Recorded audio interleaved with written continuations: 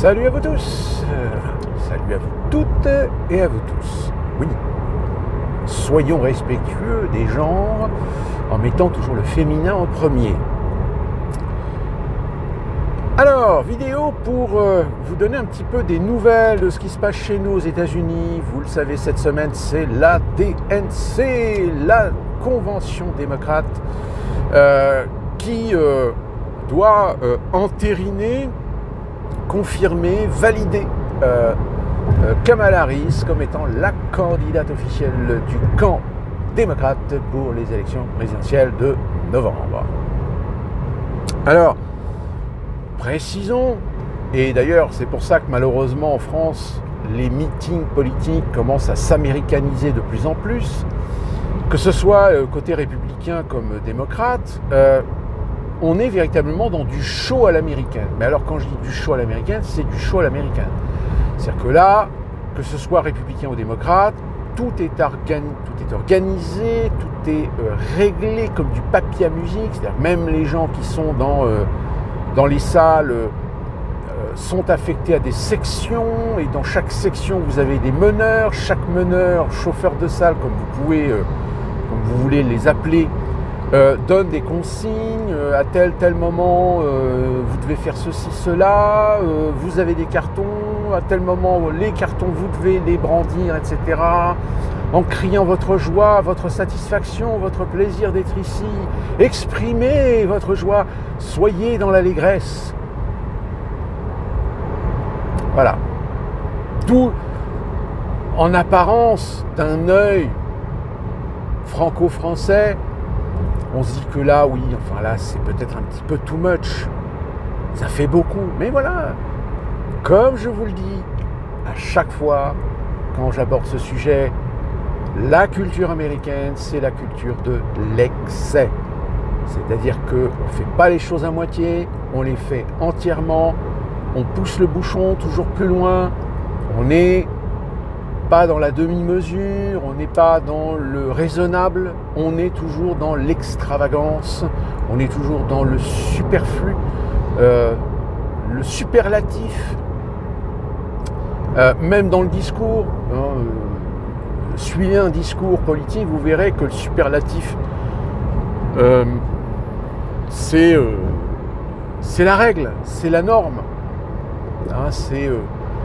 On l'a entendu, Biden c'est le meilleur, c'est Dieu, c'est magnifique, c'est formidable, c'est le meilleur président de toute l'histoire des États-Unis, etc.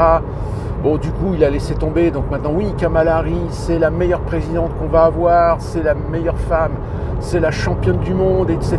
Vous verrez, elle va tout révolutionner, elle va résoudre tous les problèmes et tout.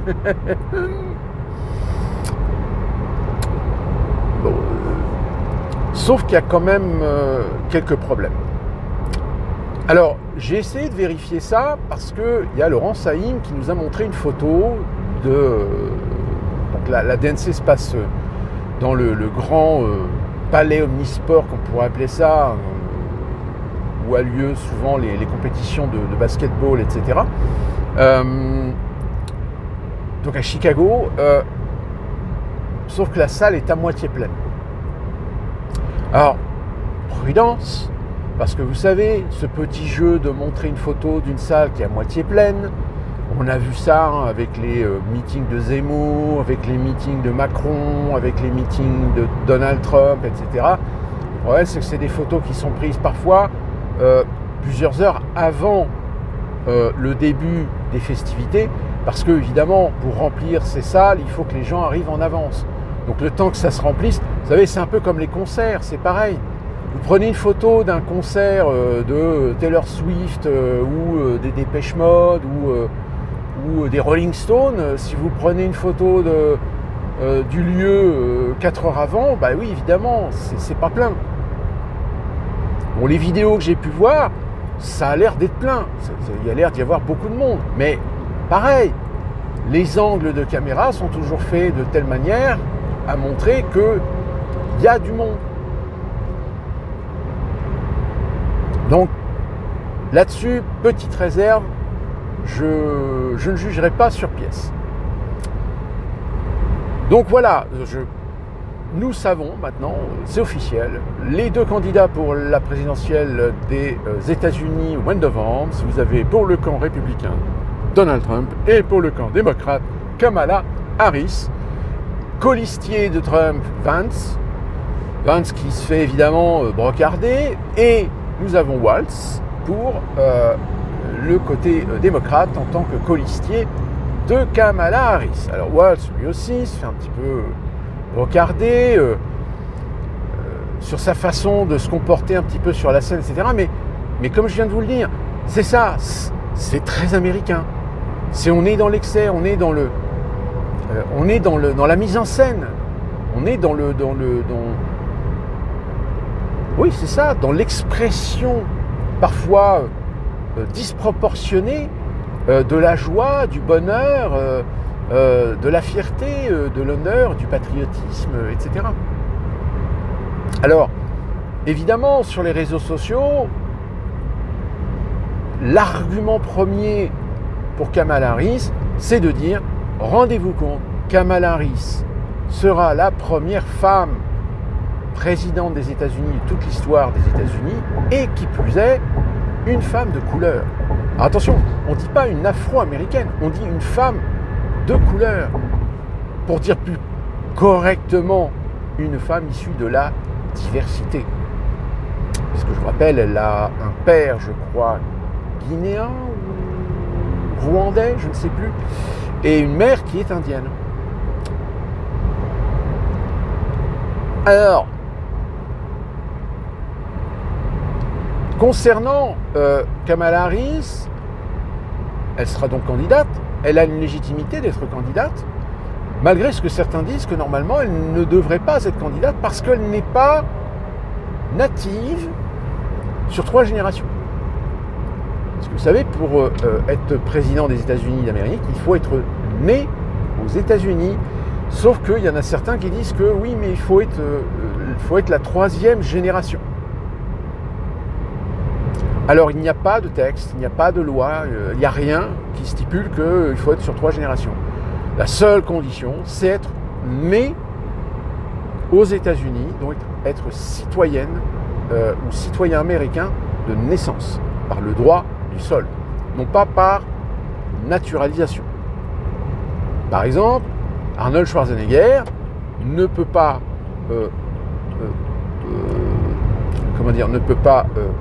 prétendre être candidat à une présidentielle, tout simplement parce que lui, il a été naturalisé. Ce qui n'est pas le cas ensuite pour tout ce qui est poste administratif dans l'État fédéral, tout ce qui est poste de gouverneur. Un gouverneur peut être un Américain naturalisé, puisque preuve en est, Arnold Schwarzenegger a été gouverneur de Californie. Alors qu'il n'est pas né aux États-Unis, il a juste été naturalisé américain. Alors après, il y a peut-être des détails, il faut être naturalisé de plus de 5 ans ou 10 ans, je ne sais plus, il y a des petites spécificités, etc. Donc Kamala Harris, malgré qu'elle est née de 2 parents étrangers, non américains, enfin devenus américains par naturalisation, mais n'étant pas natifs américains, elle a parfaitement le droit d'être candidate à l'élection présidentielle américaine. Alors, maintenant, si vous me posez la question, vous m'avez peut-être déjà posé la question avant dans une précédente vidéo, mais vous me reposez peut-être la question maintenant. Qui je vois gagner au mois de novembre? Eh bien, la dernière fois, je vous ai dit que j'en savais rien, et là, très honnêtement, j'en sais toujours rien.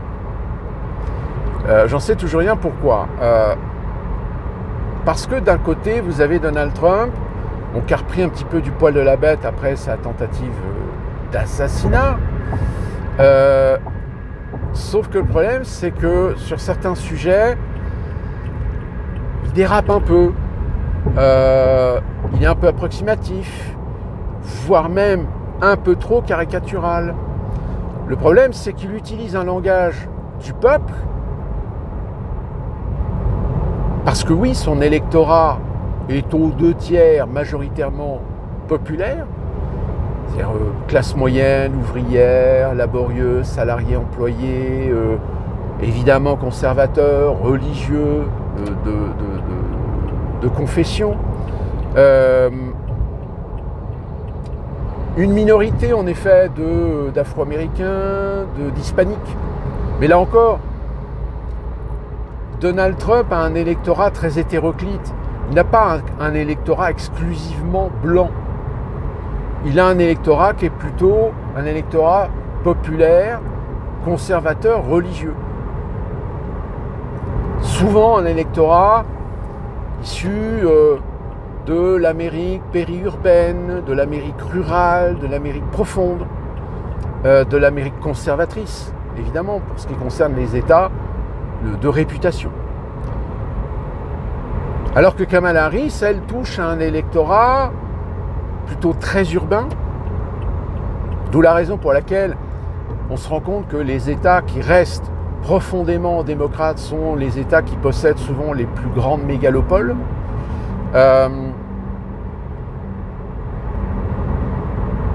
Donc urbain, évidemment,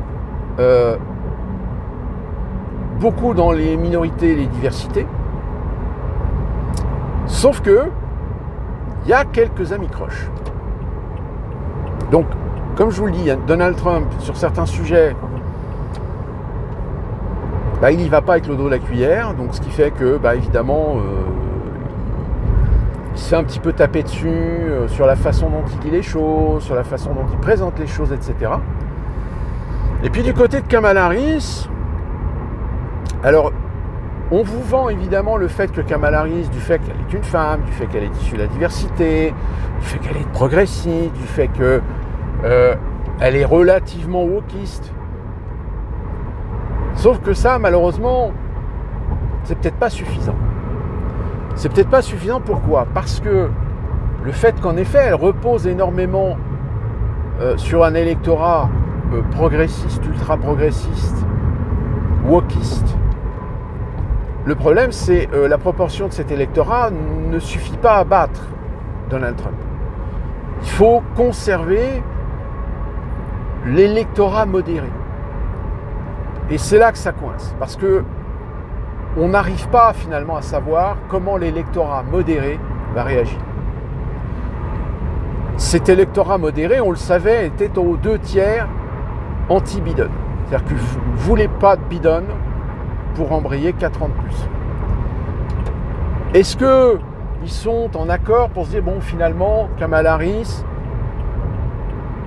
c'est un mal pour un bien, pour éviter Donald Trump? Pourquoi pas? Mais là encore, on n'en sait rien. Les sondages qui sont faits, c'est comme les sondages qu'il y a en France. C'est que les sondages sont souvent des instituts privés, c'est-à-dire des sociétés privées. Tu as des clients, ils payent, donc comme ils payent, ce qu'ils aimeraient bien, c'est d'avoir un sondage qui correspond à ce qu'ils ont envie de montrer, à ce qu'ils ont envie de projeter. Mais malheureusement, c'est pas le reflet de ce que dans d'autres supports alternatifs on peut lire, on peut entendre. Par exemple, sur les réseaux sociaux, tout ce qui touche Kamala Harris, les commentaires sont extrêmement hétéroclites. Et autant il y a des gens qui vendent Kamala Harris à 100% les yeux fermés, autant il y en a qui sont très réservés. D'autant plus que, comme je vous l'ai dit, aujourd'hui Kamala Harris, elle est hyper coachée en matière de communication pour justement essayer de gommer cette image qu'elle a laissée pendant 4 ans d'une vice-présidente plutôt infantile, plutôt pas très au courant, maîtrisant pas souvent très bien ses sujets, etc. Là, elle n'a pas le droit à l'erreur. Sauf que malheureusement, il y a des dérapages. Premier dérapage, ça a été évidemment la Palestine. C'est-à-dire qu'elle soutient le peuple palestinien, sauf que qui finance aujourd'hui la campagne présidentielle des démocrates? Vous avez quand même Facebook, M. Zuckerberg. Vous avez quand même de grands financiers à l'échelle nationale comme aussi internationale qui sont de la communauté. Même si, attention, précisons bien que ce qu'on appelle plus vulgairement le lobby juif aux États-Unis, c'est un lobby qui est vraiment beaucoup plus américanisé que, on va dire, défendant rubis sur l'ongle Israël. Il faut savoir qu'aux États-Unis, vous avez des fortes communautés qui sont contre l'État d'Israël. L'État politique. Pas le pays, mais l'État politique. En l'occurrence, les sionistes. Donc, si vous voulez, le lobby juif aux États-Unis, c'est un lobby plutôt pro-américain que pro-israélien. Même si, dans le cas de situations de conflit, de tensions avec Israël, évidemment qu'ils sont plutôt du côté d'Israël, même si vous avez des groupes qui aujourd'hui se proclament vouloir la paix pour même défendre l'idée d'une région à 2 États. Donc vous voyez, c'est un peu compliqué.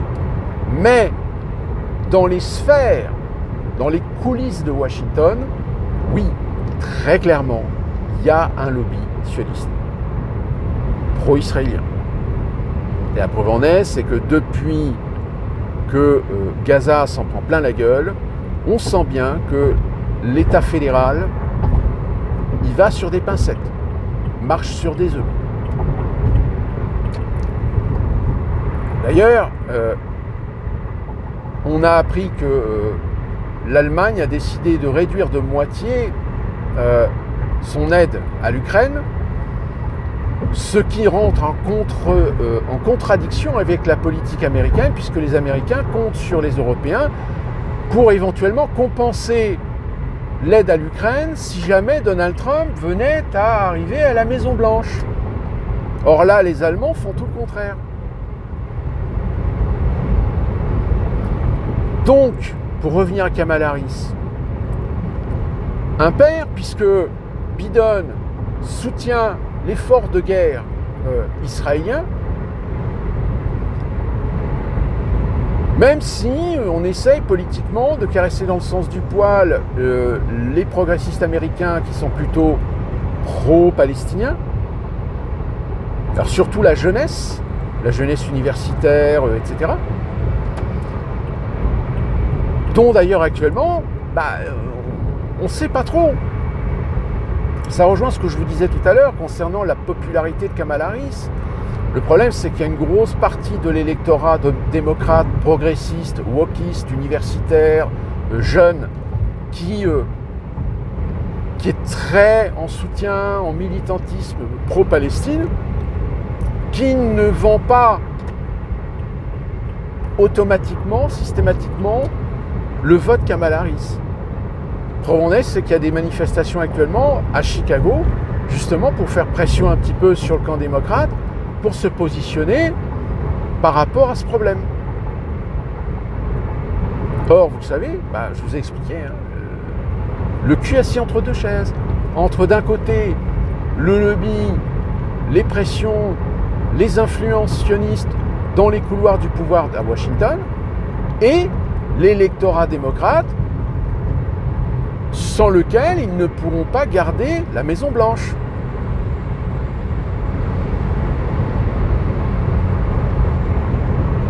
À l'heure actuelle, médiatiquement, les démocrates essayent d'inciter justement les médias à ne pas trop aborder le sujet pour botter en touche. Alors que c'est un sujet. Et là, il y en a une dernière qui est sortie. Et là, encore une fois de plus. Mais on se dit, mais putain, mais où ils ont la tête? Pour financer,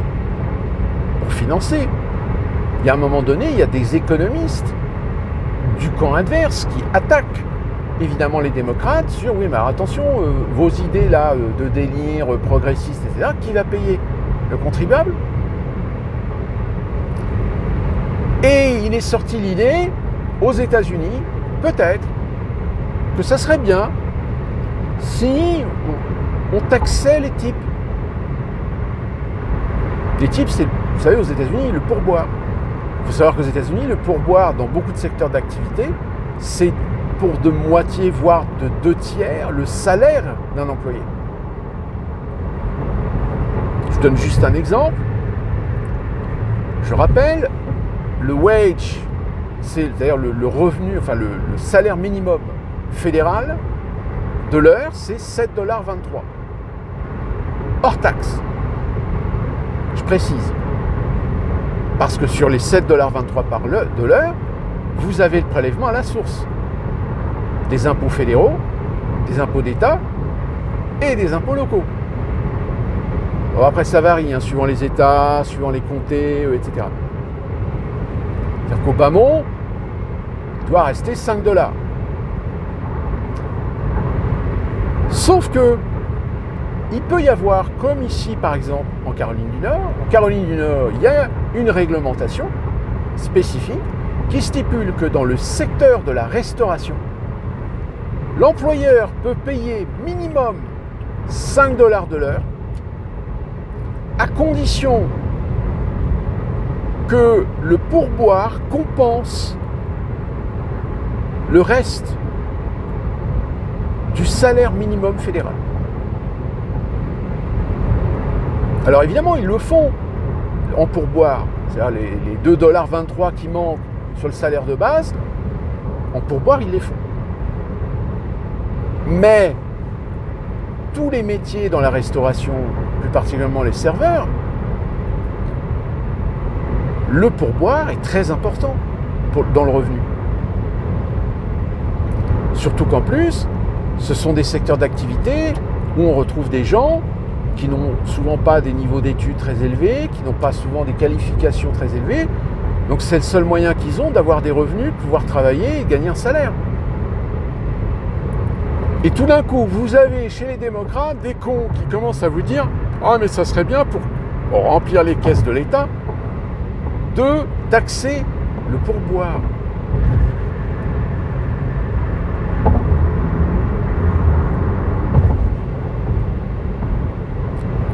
Ça va pas la tête ou quoi? Non mais, est-ce que vous vous rendez compte que vous tirez une balle dans le pied? Donc du coup, attaque du camp adverse des Républicains qui sont en train de faire passer Kamala Harris pour une socialiste. Alors, attention, aux États-Unis, l'idée du socialisme, c'est l'équivalent à peu près du communisme. C'est-à-dire, le socialisme, c'est en fait voler l'argent aux riches pour le donner aux pauvres. Sauf que cette idée de Robin des Bois, peut-être qu'en France, ça marche bien chez certains idéologues politiques. Aux États-Unis, on veut bien être gentil, mais la solidarité, c'est où on veut, quand on veut. Mais on n'aime pas l'imposer aux Américains. Alors vous allez me dire, oui, mais alors pourquoi, machin, ça serait beaucoup mieux s'il y avait un système plus solidaire, etc. Oui, mais le problème, c'est que ça veut dire qu'il faudrait refondre complètement le système économique. Il faudrait refondre complètement le modèle économique américain. Parce que si on fait ça, l'économie ne tiendra pas. Déjà que les politiciens ont énormément de mal à essayer de garder des industries aux États-Unis. Alors évidemment, à coup de subventions, et encore, même l'État fédéral, quand il met la main à la pâte, il n'y a pas de garantie, et du coup, vous avez des entreprises qui prennent l'argent, et puis 2 ans après, ce qu'ils ont investi, selon la promesse qu'ils ont faite, ils ferment et ils ouvrent en Malaisie, au Vietnam, au Cambodge, la Chine, quand le marché reste encore intéressant. Mais voilà. C'est pas pour rien si aux États-Unis vous avez énormément de villes qui ont fait faillite, parce que justement c'était des villes qui reposaient sur des modèles économiques dépendants et ultra dépendants des activités industrielles, d'entreprises locales, sauf que quand la moitié de ces entreprises ont quitté les lieux, comme en France, hein, tout d'un coup la fiscalité s'effondre, il n'y a plus de revenus, il n'y a pas assez de revenus par rapport au style de vie, au coût de la vie locale. C'est pour ça qu'actuellement c'est la grosse guerre entre la Californie et le Texas. Parce que le Texas, c'est un État qui peut se passer encore aujourd'hui de faire de l'impôt sur le revenu. Donc évidemment pour des gens comme vous et moi, c'est quand même hyper intéressant parce que ça fait des taxes en moins. Mais pour pouvoir être attractif, il faut attirer de l'industrie, il faut attirer des entreprises, il faut attirer de l'emploi. Donc c'est pour ça que le Texas est en train d'essayer de caresser dans le sens du poil beaucoup d'entreprises qui sont en Californie. D'où la raison pour laquelle Elon Musk a décidé finalement peut-être non, je crois d'ailleurs il a décidé de partir, de ne pas garder son siège social en Californie et de le déplacer au Texas. Vous avez déjà aussi des grandes entreprises de la high-tech, de l'informatique, de l'internet, etc. Vous avez Oracle par exemple. Oracle est quand même une grosse entreprise. Il y a quelques années, bouge ouverte la Californie, qui sont partis au Texas. Le Texas leur offrant une offre, un bénéfice fiscal qui fait qu'évidemment pour ces entreprises-là, c'est très intéressant. Et en plus de ça, c'est générateur d'emplois. Alors attention, c'est des modèles économiques qui fonctionnent très très bien à partir du moment où vous arrivez à garder un équilibre, comme par exemple la Floride. La Floride, c'est un des États les plus peuplés. Mais c'est un État qui est peuplé d'une grande majorité de gens qui ont des revenus, qui leur permettent de consommer. Et du fait de consommer, la Floride peut très bien budgéter son fonctionnement uniquement sur de la TVA, enfin l'équivalent de TVA si vous voulez, sur les taxes, mais pas sur un impôt sur le revenu. Il n'y a pas d'impôt sur le revenu en Floride. En Floride, vous payez uniquement vos impôts fédéraux et vos impôts locaux. Mais il n'y a pas d'impôt sur le revenu d'État. Normal, puisqu'il y a une grande population qui consomme, et le fait qu'elle consomme, en plus avec tout le business touristique qu'il y a à Orlando, par exemple, puisque à Orlando, vous avez Disneyland, vous avez Universal, donc tout ça brasse énormément d'argent. Donc c'est suffisant pour l'État de Floride. Ça ne veut pas dire que le modèle il va se maintenir à l'équilibre un jour ou l'autre. Et que peut-être un jour ou l'autre, la Floride, parce qu'elle a dépensé plus, c'est pour ça que si demain la Floride tombe entre les mains d'un gouverneur démocrate, entre guillemets, c'est la peur des Floridiens de se dire mais si jamais les démocrates prennent la Floride, ils vont claquer tous les budgets dans des prestations, des aides sociales, pour les émigrés, etc. Là, pas plus tard que ce matin, je suis tombé sur une vidéo d'un entrepreneur, c'est-à-dire d'une afro-américaine qui se plaignait parce qu'elle ne comprenait pas comment ça se fait qu'elle a passé des années et des années à payer des crédits, à ne même pas être aidée pour monter sa boîte. Donc elle avait un food truck, si vous voulez. Donc elle a réussi à s'en sortir, elle a réussi à faire fructifier son affaire. Et puis elle a décidé de partir sur une autre activité, une activité plus sédentaire. Donc elle a voulu vendre son food truck. Et elle s'est rendue compte que celui qui voulait l'acheter, c'était non seulement un émigré, mais un émigré qui était prêt à acheter le food truck avec de l'argent qui lui avait été donné par l'État fédéral.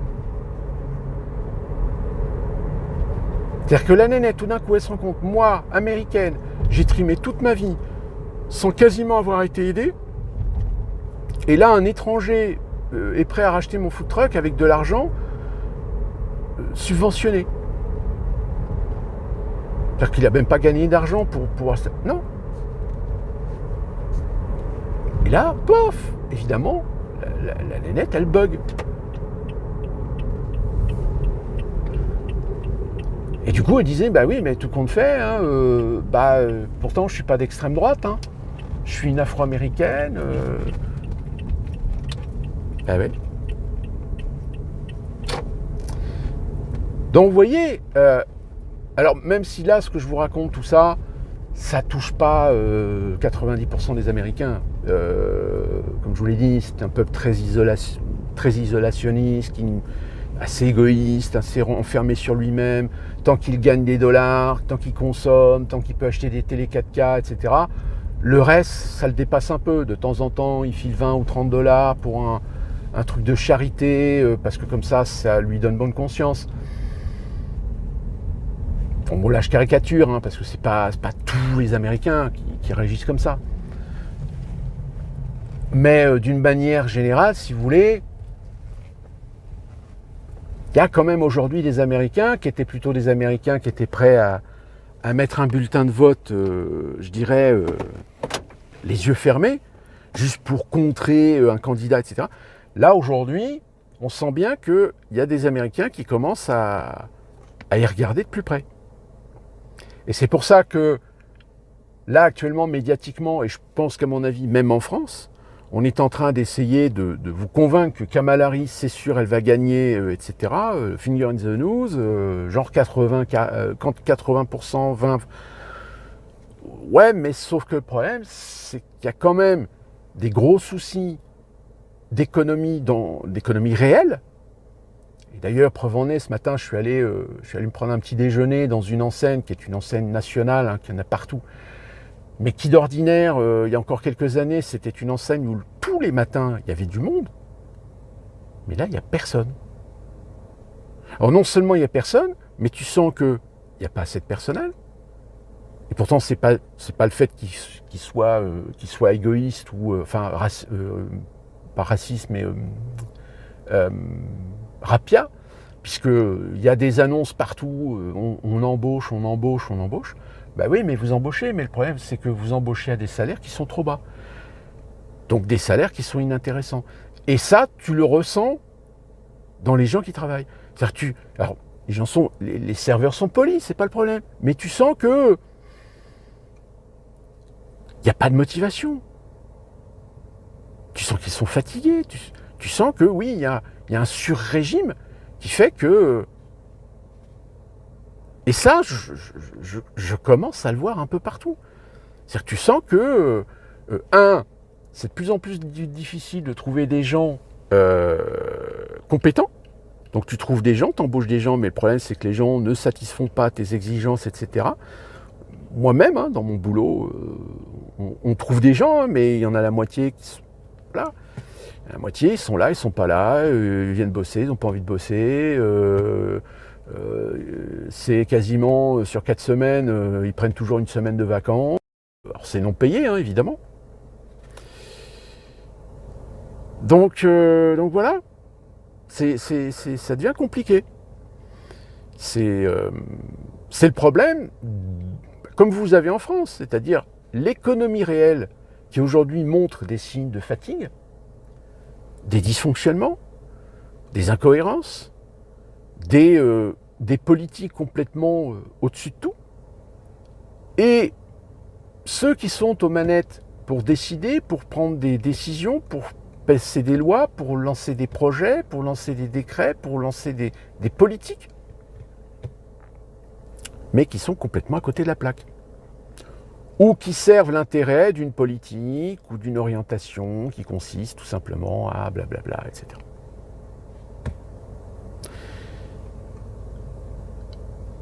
Comme je vous l'ai dit, moi je pense que Kamala Harris, ça sera comme Biden, ça sera une marionnette.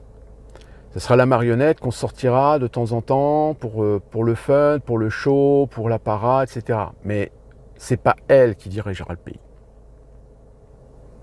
D'où d'ailleurs la raison pour laquelle je pense qu'il y a beaucoup de minorités, il y a beaucoup de diversité. Il y a des gens dans ces milieux-là qui sont conscients que, ouais, elle est notre représentante, mais est-ce qu'elle va véritablement jouer le jeu?